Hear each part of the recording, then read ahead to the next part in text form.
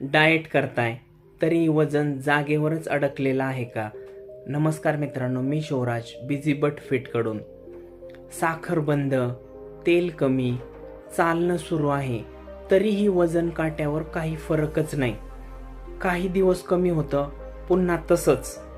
कारण weight loss किंवा वजन कमी करणं हे फक्त आपण काय खातो यावर अवलंबून नसतं, तर शरीर ते कसं पचवतं यावर असतं.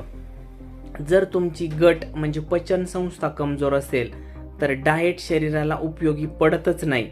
म्हणून डाएट बदलण्याआधी पचन सुधारायला लागतं, तेव्हा फॅट रिलीज सुरू होतं. जर डाएट करूनही वजन अडकत असेल तर कमेंट किंवा DM डाएट आणि याच प्रकारच्या माहितीपूर्ण व्हिडिओसाठी चॅनलला नक्की सबस्क्राईब करा. धन्यवाद.